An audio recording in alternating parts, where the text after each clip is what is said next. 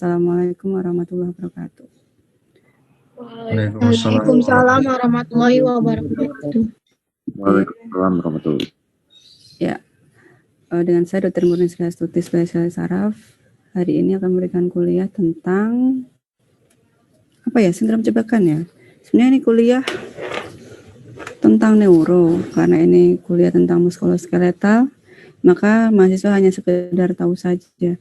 Karena dari kurikulum waktu di Unhas dulu, kan dari UMJ itu ngambilnya kurikulum Unhas ya. Itu salah satu skill labs-nya atau CSI-nya adalah tentang pemeriksaan sindrom jebakan. Padahal di kuliah di anatomi juga tentang saraf itu ini ya belum full banget. Jadi itu mahasiswa sangat kesulitan untuk memahaminya. Oleh karena itu saya berinisiatif kita berikan pada saat kuliah untuk melengkapi pengetahuan kalian tentang nanti pada saat skill lab ya, pemeriksaan sindrom jebakan. Oke, kita mulai ya. Ini nggak banyak sih materinya. Suara saya terdengar nggak ya? Soalnya ada suara mesin. Suara saya terdengar ya? Terdengar, Dok.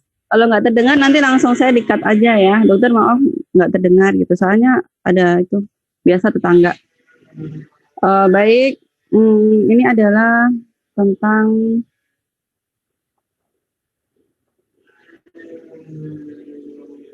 khususnya ini pada carpal tunnel syndrome. Ini penyakit yang sangat umum yang sering kita jumpai di poliklinik. Jadi nanti kalau kalian jadi dokter mengeluhkan ini, kita bisa di pertama adalah CTS kalau kita singkat. Dan ini kasus yang paling sering untuk saraf keluar di ujian OSCE. Keluar di ujian OSCE ya. Dihafalkan diagnosisnya dan cara pemeriksaan fisiknya. Pemeriksaan fisiknya biasanya kita disuruh minta pemeriksaan 3 pemeriksaan minimal. Tapi kalau kita biasanya hafalkan 5 lah paling enggak. Dan untuk anak S1 cukup tahu saja. Kalau cukup tahu tuh ya paling enggak udah pernah kenal gitu kan. Nanti di koas pada saat di poliklinik kalian sudah bisa memeriksa secara mandiri. Pas mau OSCE latihan jadi dokter udah hafal gitu. Ya. Oke, kasusnya adalah seorang perempuan 55 tahun datang ke klinik dengan keluhan kesemutan pada telapak tangan kanan sejak 3 bulan yang lalu. Kesemutan dirasakan terutama pada daerah ibu jari sampai jari tengah. Kesemutan hilang timbul terutama muncul pada saat mencuci pakaian dan memasak. Kesemutan membaik dengan istirahat. Nah, ini adalah contoh-contohnya. Jadi kalau kalian menemukan pasien dengan kesemutan di tangan, pasien harus bisa menggambarkan jari mana yang kena. Jari pertama, kedua, ketiga, atau jari keempat, kelima, atau punggung tangan, atau ujung-ujung seluruh jari tangan. Itu nanti semuanya diagnosisnya beda. Ya. Karena namanya sindrom jebakan, jadi ini adalah nyeri saraf. Nyeri neuropatik. Saraf itu neuron. Jadi kalau nyeri saraf istilah medisnya adalah nyeri neuropatik. Neuropathic pain. Tetapi nyeri neuropatik ini adalah hasil akhir. Maksudnya dia pasti ada penyebabnya. Apalagi kalau kita membahas tentang sindrom jebakan. Kita tahu tadi sindrom jebakan apa? Segala sesuatu yang mengganggu ya daerah persarafan akibat entah tumor, entah inflamasi, entah infeksi ya, entah malposisi tulang, itu namanya sindrom jebakan. Yang terjebak atau yang tertekan atau yang terkompres yang mana, nah itu baru kita namakan sarafnya apa. Sindrom jebakan nervus medianus, contohnya begitu. Sindrom jebakan nervus medianus diistilahnya adalah carpal tunnel syndrome. Yang namanya nyeri saraf berarti nyerinya khusus. Kalau nyeri akibat luka tergores misalnya, itu namanya nyeri inflamasi. Nyeri akibat radang. Nyerinya apa? Berdenyut ya. Kemudian ngilu kan gitu, pegel, itu namanya nyeri inflammatory pain. Kalau nyeri nociceptic ya, Ya, hampir sama. Nyeri, berdenyut, tetapi belum ada tanda-tanda inflamasi. Areanya kita lihat yang warna ini abu-abu atau ungu ya, palmar view, daerah pergelangan tangan.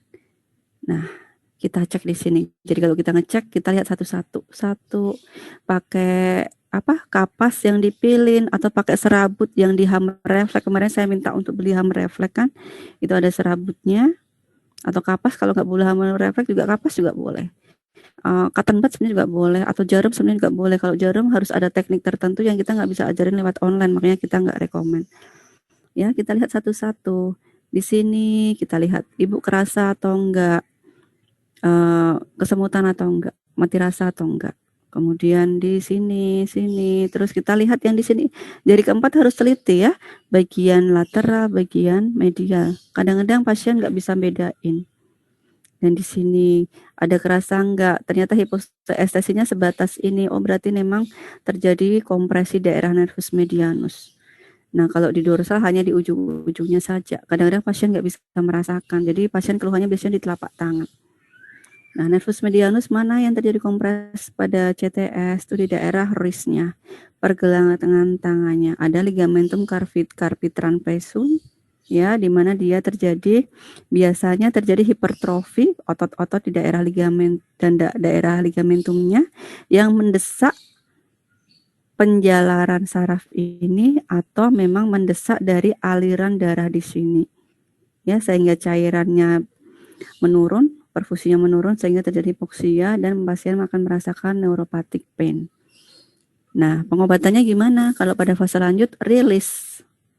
Rilis itu yang mendesak tadi, misalnya ada ligamen, misalnya ada lapisan lemak, jaringan lemak di sini, misalnya ada tumor ya, misalnya ada pengapuran di sini di daerah tulang-tulang karpanya, maka kita bersihkan agar aliran ini lancar, aliran darah ini lancar.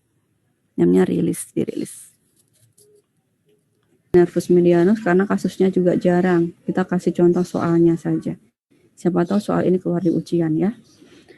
Laki-laki 46 tahun ke poliklinik dengan keluhan nyeri pada siku kiri disertai kesemutan pada lengan bawah hingga kelingking tangan kiri.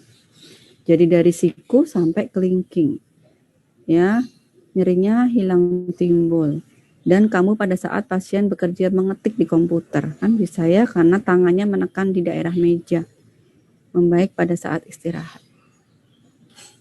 Ini anatominya mana nih? Anatomi dulu ya. Nih. Kita lihat nervus ulnarisnya. Tadi sudah ingat ya anatomi yang di depan ya, yang lewat di bagian tengah kan nervus ulnaris ya.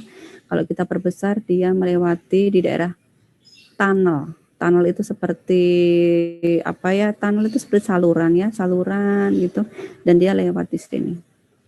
Daerah siku yang ditutupi oleh fasia. Ini yang lebih aneh. Di bawah oleh kranon. Ya, kemudian dia lewat ini kan penyempitan nih ya, di daerah medial epicondylus humeri. Terus dia ke sana sampai kelingking. Misalnya fasianya robek, akhirnya dia terjadi edem, ya misalnya pada KLL dia jatuh, tangannya menyangga, kemudian terjadi edem di daerah fasia dan otot sekitarnya, dia akan menekan sarafnya. Walaupun sarafnya nggak rusak ya, tertekan saja, maka pasien akan merasakan kesemutan. Kalau sarafnya kepotong, pasien akan merasakan kebal atau kelingkingnya nggak bisa gerak. Ini contohnya, ini adalah persarafan daerah kulitnya atau dermatomnya. Dari bagian tengah lurus, kemudian ke sisi yang dekat kelingking jari keempat itu sama kelingking depan belakang. Jadi nanti kalau kali pemeriksaan sensibilitas, pemeriksaan saraf, kita pakai yang serabut atau kapas, kita bandingkan yang nervus medianus dan nervus ulnaris kan.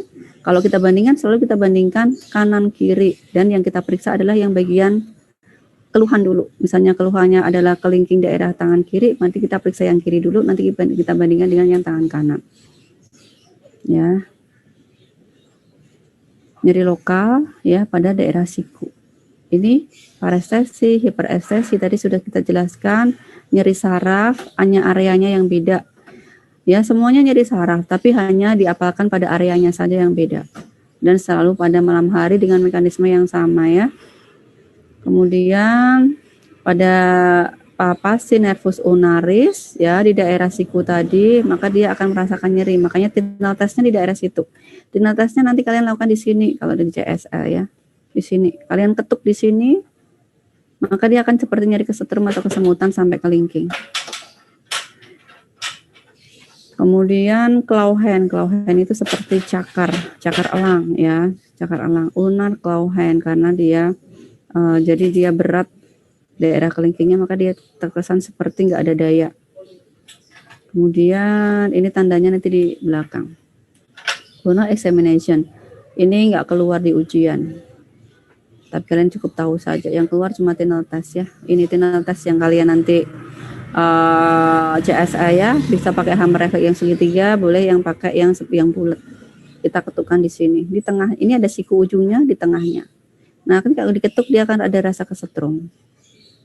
Ya. Terus kemudian ini nervus median ya. Ini namanya preacher hand. Preacher hand itu adalah gangguan pada nervus medianus, makanya dia nggak bisa nekuk, tangannya nggak bisa menggenggam. Akhirnya kalau disuruh menggenggam, yang bisa menggenggam hanya 2 jari ini. Yang ini nggak bisa, namanya preacher hand, kayak orang pendeta berdoa. Kalau claw hand begini, dia kita bisa ini yang ulnarisnya ketinggalan. Kalau ini drop hand untuk gangguan pada saraf di daerah radialnya. Drop hand, tangannya jatuh. Kemudian pemeriksaannya hampir sama. Kalau kita ada curiga trauma, kita ronsen dulu daerah siku. Elbow, ronsen di daerah elbow. Ya. Kemudian elektrodiagnostik, ini pemeriksaan saraf. Jadi nanti kalau kita tanya, pemeriksaan saraf apa yang dilakukan pada kasus ini, maka kita jawabnya adalah elektrodiagnostik atau EMG, tapi kita nggak usah nulis EMG, elektrodiagnostik aja. Sindrom terowongan ulnar. Nah, nervus ulnaris itu ada 2 situ terowongannya, yang satu di daerah kubita daerah siku, yang satu di daerah ulnar di kanal guyon di daerah telapak tangan bagian medial. Nanti gambarnya ada. Kasusnya adalah laki-laki 49 tahun ke poliklinik, kesemutan pada kelingking. Sama kan? Kesemutannya sama-sama pada kelingking, tapi sumbernya beda. Tergantung yang jebak, yang menekan yang mana. Kalau tadi kesemutan pada kelingking dan lengan bawah, kalau ini hanya kelingking saja. Kalau kesemutan ini muncul 1 minggu yang lalu setelah pasien terpukul palu. Kemungkinan ini pasien tukang batu, harusnya mukul paku, ternyata mukul tangan sendiri, kan bisa. Ternyata dia ada reaksi radang kan di situ. Nah, ternyata nggak cuma radang, karena sarafnya juga kena akibat edem dari otot-otot sekitarnya. Makanya ini namanya adalah nyeri inflamasi pada ototnya, tetapi nyeri saraf pada sarafnya. Nah, semuanya keluhannya sama, kuncinya adalah pada areanya, jarinya beda. Ya. Kemudian disertai bisa pada pergelangan tangan. Penyebabnya apa? Karena kompresi. Semuanya nyeri ini akibat kompresi, akibat gangguan pada sarafnya, tergantung dari letaknya. Jadi nama-nama itu tergantung dari letaknya. Gejalanya sama, obatnya sama. Kuncinya begitu ya. Kalau kalian bikin mind map, nyerinya sama, nyeri bagian tangan, nyeri nervus ini, namanya ini, akibatnya ini, penyakitnya ini. Selesai bikin mind map. Bisa dibikin mind map. Kalian kalau ujian hanya belajar di mind map aja. Tengahnya nyeri, saraf, ekstremitas atas. Kalian bikin 4 cabang, 3 cabang, ulnaris, medial, radial. Ulnaris 2 cabang lagi, guyon sama kubital tanal. Habis itu treatmentnya cuma 1, NSAID, obat-obat nyeri inflamasi dan nyeri saraf. Jenis obatnya apa? Kalian cari. Berapa lama pengobatannya? 2-3 bulan. Setelah 2 bulan, habis itu injeksi, habis itu operasi. Semua treatmentnya sama, hanya lokasi yang beda. Terakhir, pasien perempuan 47 tahun ke poliklinik dengan keluhan pada pergelangan tangan, terutama pangkal ibu jari. Dirasakan hilang timbul, terutama pada saat membuka tutup botol. Ini bisa CTS, bisa sindrom terowongan nervus radialis. Tapi kita ke arah CTS ya, karena nyerinya pada punggung tangan. Nyeri pada siku lateral. Nah, kalau nyeri pada siku lateral, Ini kalau dia jadi kalau nervus radialis itu kan sebenarnya panjang. Panjangnya dari mana yang kalian tadi di anatomi ini ada nggak ada? Nah, ini kan panjang radialis itu. Sebenarnya dari sini. Ya. Semuanya radialis. Semua yang misalnya ini inflamasi nih, inflamasi ya. Inflamasi di sini, misalnya pada patah tulang radio ulnar. Ini namanya sindrom jebakan nervus radialis. Jadi nggak ada tempat khusus di kanal mana, nggak ada tempat khusus. Tapi segala semuanya di sini disebut entrapment nervus radialis, jebakan nervus radialis. Nggak ada kayak di kanal guyon, di situ-situ aja, nggak ada di sini. Jadi tergantung areanya. Dari semua jaras ini yang kena yang mana. Patah tulang di sini, di humerus, bisa juga dia kesemutan di sini. Atau patah tulang di ini antebrachii ya, kecelakaan, patah dua-duanya, atau geser, dia yang menekan ini atau menggeser sarafnya, dia juga nervus radialis yang kena. Atau kena batu di sini, bisa juga nervus radialis. Jadi all in semuanya ini adalah sindrom jebakan nervus radialis, nggak ada yang khusus. Tapi kalau pada CSL nanti mereka membuat skenario itu khusus di daerah distal, di sini sindrom jebakannya. Boleh, nggak apa-apa, di sini khusus. Tapi kalau nanti ada kesemutan di atasnya, kita juga bisa bilang kalau itu nervus radialis. Ya. Nyeri lokal pada 3-5 cm di distal epicondylus radialis. Dan ini adalah di daerah 3-5 cm distal epicondylus lateral. Jadi daerah sini. Kalau ini kasusnya di sini ya, di sini sampai sini nyerinya. Di punggung tangan sama lengan tangan.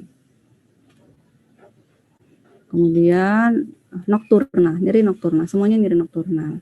Diperberat dengan ekstensi atau meluruskan atau bolak-balikkan tangan. Ya, kalau ada keluhan yang berat, dia tangannya jadi tidak bisa diangkat, namanya drop hand. Nah, ini untuk sensibilitasnya ya. Daerah lengan bawah, antebrachii, dan semuanya di punggung tangan. Kalau di telapak tangan di sini kan medianus, kalau belakang punggung tangan itu radialis. Khusus yang di tengah di sini adalah ulnaris. Salam. Maaf sebelumnya saya Ibrahim. Tadi kan di salah satu penyakit, saya lupa tadi dok namanya apa, yang mana kalau sudah diobati 2 bulan tetap tidak membaik, itu kan dirujuk dok ya. Nanti sebagaimana kalau penyebabnya itu pasiennya sendiri memang dia tidak mengerjakan secara rutin gitu, misalnya arahan-arahan yang kita berikan selama 2 bulan itu, apakah tetap dirujuk setelah 2 bulan ataukah kita coba lagi pengobatan lagi 2 bulan? Oke. Ini untuk antiinflamasi kita lihat ya. Pertama kita terapi edukasi dulu. Edukasinya apa? Misalnya pada CTS, karena yang kamu tanyakan itu hampir semua penyakit kan hampir sama penanganannya kan. Edukasi pertama dia apa kalau misalnya CTS? Tidak menggunakan secara berlebihan pergelangan tangan. Itu kan? Tidak menggunakan secara berlebihan, nggak bisa dok, saya itu nyuci terus gitu. Oke, boleh nyuci, tetapi ada fase istirahatnya. Gitu, ada fase istirahatnya. Fase istirahat itu untuk mengurangi nyeri. Berarti itu kan pengobatan. Oke, kalau nyeri banget gimana dok? Pakai Risplin. Risplin itu seperti pergelangan, ya. Jadi ada kayak sarung tangan, tapi dia berbahan tebal. Dia menutup ini, ya, segini sampai segini. Jadi dia melindungi wrist ini. Akhirnya dia tidak bisa bekerja dengan melibatkan tangan yang begini-begini. Karena kalau yang begini-begini dia akan menambah cedera. Ya, akhirnya dia cuma begini-begini aja. Itu kan namanya bidai atau ortosis yang tadi. Kita pakai 4 minggu. Pakainya kapan? Ada yang dia memang pakainya terus-menerus. Kenapa? Kalau terus-menerus memang dia nggak bisa, jadinya nggak pernah begini, akhirnya reaksi inflamasi itu akan berkurang. Reaksi inflamasi akan berkurang karena kita juga kasih obat anti-inflamasi. Biasanya kita kasih rutin dulu kalau memang ada tanda-tanda radang. Pasien akan kontrol, nyerinya gimana? Nyerinya akan kambuh pada saat aktivitas. Berarti kita sudah minimalkan aktivitas. Kita sudah melakukan bidai, ya, memberikan ortosis. Itu untuk mengurangi keluhan tadi. Nah, sudah seperti itu, obat-obat itu setelah itu kita berikan secara seperlunya saja. Tetapi yang namanya nyeri neuropatik kita kadang-kadang berikan bisa sampai terus menerus, ya terus menerus. Karena kesemutannya terus menerus. Nah, kita kasih selama 2 bulan. Jadi 2 bulan itu kita tidak langsung obat-obatan terus. Obatnya rutin pada saat ada tanda-tanda yang dia memang terus menerus sampai menghilang. Setelah itu seperlunya. Tapi bidainya rutin, ortosisnya rutin. Yang kedua, kita kasih obat-obat untuk mengurangi denervasi saraf sebenarnya. Tambahan-tambahannya kita bisa kasih vitamin B12, B6, B12 itu untuk memperbaiki mielinisasi, perbaikan saraf tadi. Dan untuk B12 dosis tinggi, kita bisa untuk mengurangi nyeri neuropatik. Nah, ini kita kasih 3 bulan terus-menerus, 12 minggu terus-menerus. Nah, pada kasus-kasus pasien yang tidak membaik, memang kita langsung fisioterapi. Fisioterapi sebenarnya sama, dia untuk stimulasi saraf. Kedua, dia untuk mengurangi respon nyeri. Jadi terapi hangat itu sebenarnya untuk mengurangi respon nyeri. Karena sebenarnya nyeri itu kan permainan otak ya. Kalau ada terapi hangat, maka yang kita terima adalah yang sensasi hangatnya ketimbang nyerinya. Jadi kalau kalian pegel, terus kalian kasih kalian mentol, kan hangat, atau dia membaik. Karena itu sebenarnya hanya permainan nyeri.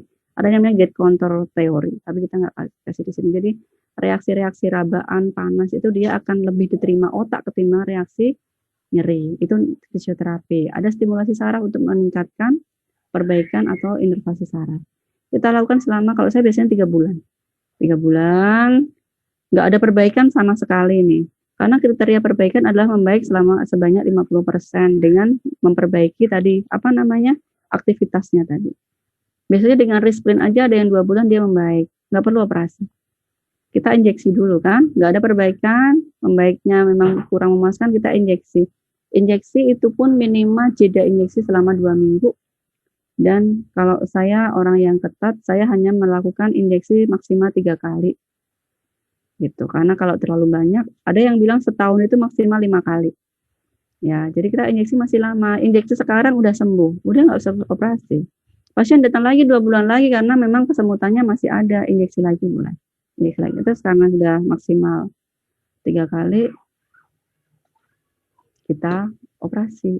Operasinya gampang ya, cuma dirilis aja, dibuka, dibersihkan, dibebaskan sarafnya, terus ditutup lagi. Selesai. Gitu. Beda lagi dengan kasus di mana pasien sudah datang sudah mati rasa.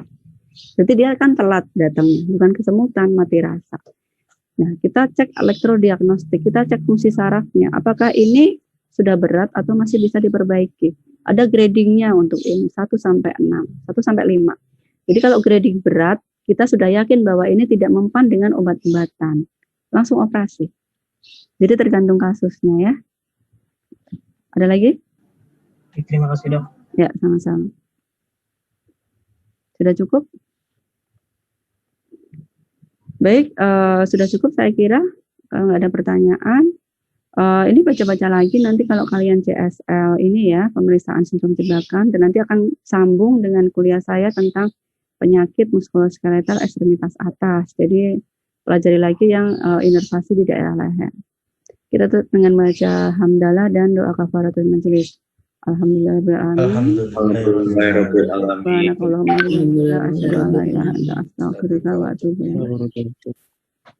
Ya, wassalamualaikum warahmatullahi wabarakatuh. Waalaikumsalam warahmatullahi wabarakatuh. Terima kasih dok. Terima kasih banyak dok. Ya, banyak, dok. Saya live dulu ya. Izin live dok.